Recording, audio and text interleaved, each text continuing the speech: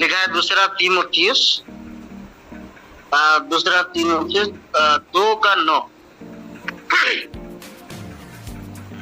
जिसके लिए मैं कुकर्मी के समान दुख उठाता हूँ, यहाँ तक कि कैद भी हूँ, परंतु परमेश्वर का वचन कैद नहीं है। ये पौलुस का वचन है जो पौलुस ने लिखा है कि कुछ वर्सेस में लिखा है, मैं अपराधियों की तरह दुख उठाता हूँ और उसके कारण मैं कैद भी हूँ, परंतु परमेश्वर का वचन कैद नहीं है। तो पौलुस के बारे हम देखते हैं वचन में कई जगह में लिखा है, जो यहूदी लोग उनके ऊपर दोष लगाया, वो जब परमेश्वर का वचन को सुनाने लगा भीड़ में, यहूदियों के बीच में, तो कई जगह में उनके ऊपर एक अपराधी की तरह लोगों ने दोष लगाया और जेल भी उनको जाना पड़ा। प्रेरित 24:5 में और प्रेरित का कई अध्याय में हम पढ़ते हैं कि यहूदी लोगों ने दोष लगाया उनके ऊपर, ये मूसा का व्यवस्था का दुश्मन है, ये सांप्रदायिक उपद्रवी है, ऐसे कई और सांप्रदायिक का सरगना भी है, ऐसे कई दोष उनके ऊपर लगाया। जबकि हम जानते हैं वो एक प्रभु का खिलाफ जाने वाला व्यक्ति था, लेकिन जब उद्धार पाया, परमेश्वर का संदेश को जब उसने दूसरों तक पहुंचाया, तो उनके ऊपर इस तरीका का दोष लगा गया कि वो एक अपराधी की तरह जेल में है। लेकिन पौलुस अपने जीवन में बहुत बड़ी सेवकाई करने के बाद भी जेल में जब है, तो वो बता रहे कि वचन कैद नहीं है, वचन आजाद है। परमेश्वर के लोगों के खिलाफ जितना भी सतावट, जितना भी उपद्रव, जितना भी उत्पीड़न हो, जितना भी क्लेश हो, लेकिन याद रखें परमेश्वर का वचन हर एक परिस्थिति में कार्य करता है, उसको कोई कैद नहीं कर सकता। और उस अवसर को, क्लेश के परिस्थिति में भी उस अवसर को अच्छी से पौलुस ने इस्तेमाल किया, क्योंकि हम जानते हैं जब कभी क्लेश आते हैं, उपद्रव होता है, परेशानी आता है, तो आत्मिक दुनिया में कई बदलाव आता है। ये हम पहली शताब्दी का कलीसियाओं के बारे, पहली शताब्दी का जो सतावट के बारे जब पढ़ते हैं, तो कई बदलाव को देखने पड़ते हैं। पहली शताब्दी में घर घर घूमना, रोटी तोड़ना, खाना, प्रार्थना करना इतना तक सीमित था। लेकिन हम देखते हैं स्टीफानुस को जब मारा गया, उपद्रव शुरू हुआ, तो जो विश्वासी लोग, जो परमेश्वर के लोग सिर्फ रोटी तोड़ना, प्रार्थना करने में सीमित था, वो सारे लोग आत्मिक रूप में बलवंत हो गया और सुसमाचार का जिम्मेदारी भी हुआ। जब उत्पीड़न शुरू हो गया तो लोग आत्मिक रूप में और मजबूत हो गया। ये तो सच है कि तितर बितर हो गया, लेकिन तितर बितर होते हुए भी परमेश्वर का वचन को बताना भुला नहीं। तो परमेश्वर एक योजना के मुताबिक जब एक परिस्थितियां हमारे बीच में आता है, जब हमारी सामने विपरीत परिस्थिति होता है, तो परमेश्वर का कार्य भी बिल्कुल प्रभावी तरीका से वहां होता है।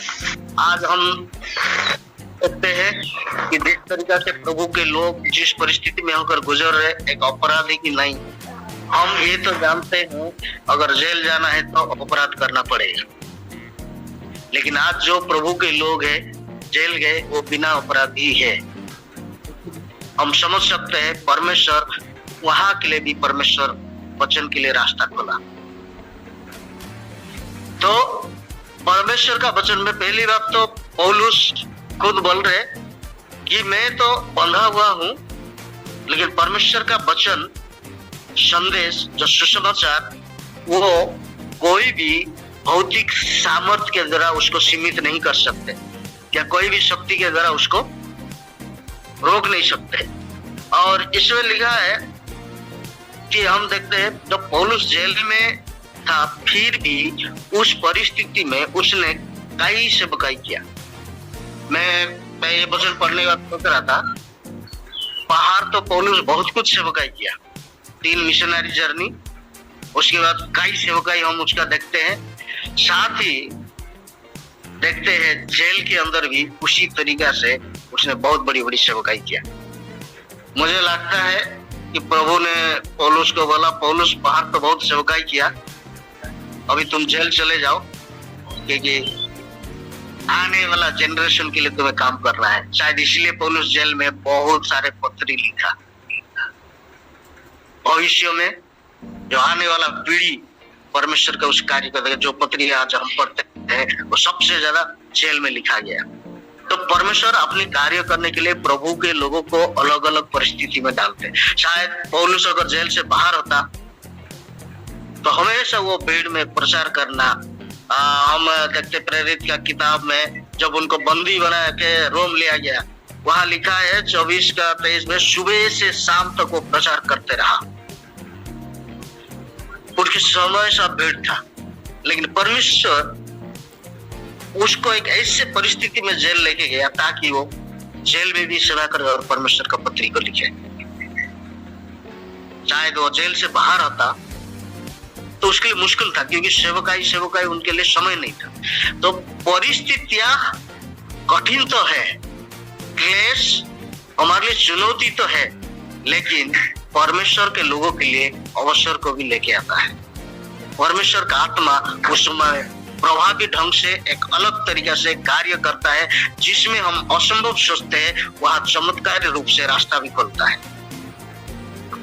अभी हम मिलने गए थे, हम सब प्रार्थना किया था पास्टर सुरेश और नूतन के लिए। उनको हम लोगों ने मिला तो उनका गवाही ये था कि डीएम उनको मिलने आए थे। उनको बताया, लोगों को बताया कि जेल में इन लोगों से सावधान रहना, इन लोग सबको मसीह बना देंगे। तो पास्टर जी बोल रहा था, प्रभु का स्तुति हो, उनको इतना तो मालूम है मसीहत में सामर्थ्य है लोगों को बदलने का। और वो पास्टर बोल रहा था, हमें प्रार्थना करने की भी इजाजत नहीं, लेकिन हम कई लोगों को सुनाए।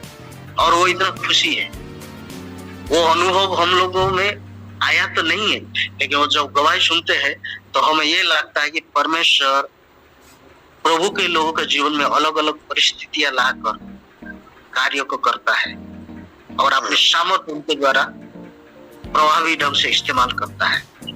और पौलुस को हम देखते हैं, वो अच्छी तरीका से वो कहते हैं कि वो जेल में होने के बाद भी उनके अंदर एक लचीलापन है कि हर एक परिस्थितियों में प्रभु का कार्य करना, क्योंकि उनको मालूम है मैं आज जेल में है तो भी मुझे कोई रोक नहीं सकते। बाहर जब था प्रचार किया, जेल में आया तो प्रचार किया, साथ ही अगला पीढ़ी के लिए वचन भी, पत्री भी लिखा। तो यहाँ पौलुस का साफ कहना है कि परमेश्वर का वचन कोई भी नहीं रोक सकता, वो कैद नहीं है। आज हम जिस कानून को देखते हैं, जिस पाबंदी को देखते हैं, जिस ताड़ना को देखते हैं, जिस उत्पीड़न को देखते हैं, वो परमेश्वर का वचन को रोकने के लिए सक्षम नहीं है। इसलिए आज हम परमेश्वर को धन्यवाद दें, हम डिस्करेज ना होते हुए परमेश्वर के इस कार्य के लिए इस परिस्थिति में अपने आप को प्रार्थना में डालें और अपने आप को एक जिम्मेदारी, जैसे पहली कलीसिया के बारे में बोला, घूम के क्लेश के परिस्थिति में वचन को सुनाया, वो एक आत्मा आज हम सब के अंदर आए ताकि एक परिस्थिति में हम प्रार्थना में और भी मजबूत हो जाए।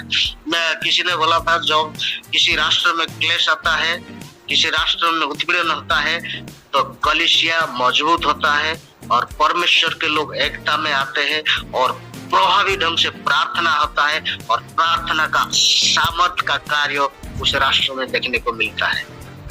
इसका मतलब उत्पीड़न, क्लेश, लोगों के लिए सोच यही होगा, रास्ता बंद हो गया, लेकिन परमेश्वर के लिए कई रास्ता खुल जाता है।